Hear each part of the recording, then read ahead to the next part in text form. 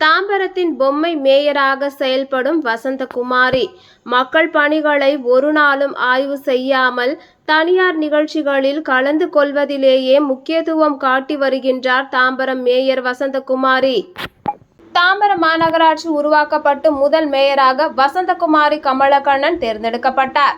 நகராட்சியாக இருந்து மாநகராட்சியாக தரம் உயர்த்தப்பட்டதே தவிர அடிப்படை வசதிகள், மக்கள் பிரச்சனைகள் ஏதும் தீர்ந்தபாடு இல்லை.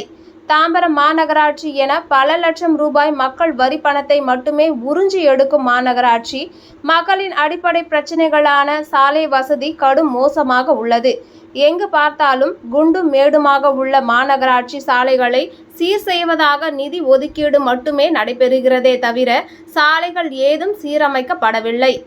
இதே நிலைமைதான் குப்பை எடுப்பதில் இருந்து கழிவு நீர் கால்வாய், மாநகராட்சி பூங்கா சீரமைப்பு உள்ளிட்ட எந்த பணிகளும் முறையாக நடைபெறவில்லை.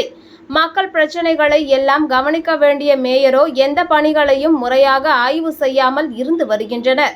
திமுகவினர் இருதரப்பு பிரச்சனைகளால் எந்த ஆய்வு பணிகளையும் மேற்கொள்ளாமல் பொம்மை மேயராக தாம்பரம் மேயர் வசந்தகுமாரி செயல்பட்டு வருகின்றார்.